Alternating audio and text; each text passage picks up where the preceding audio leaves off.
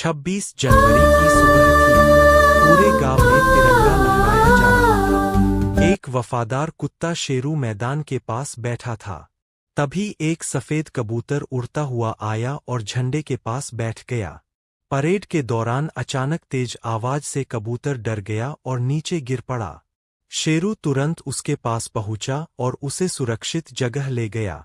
कुछ देर बाद कबूतर Freedom फिर से उड़ने rises लगा। again. आसमान में तिरंगे के चारों This ओर powerful चक्कर लगाने sentiment लगा। लोगों ने तालियां बजाईं।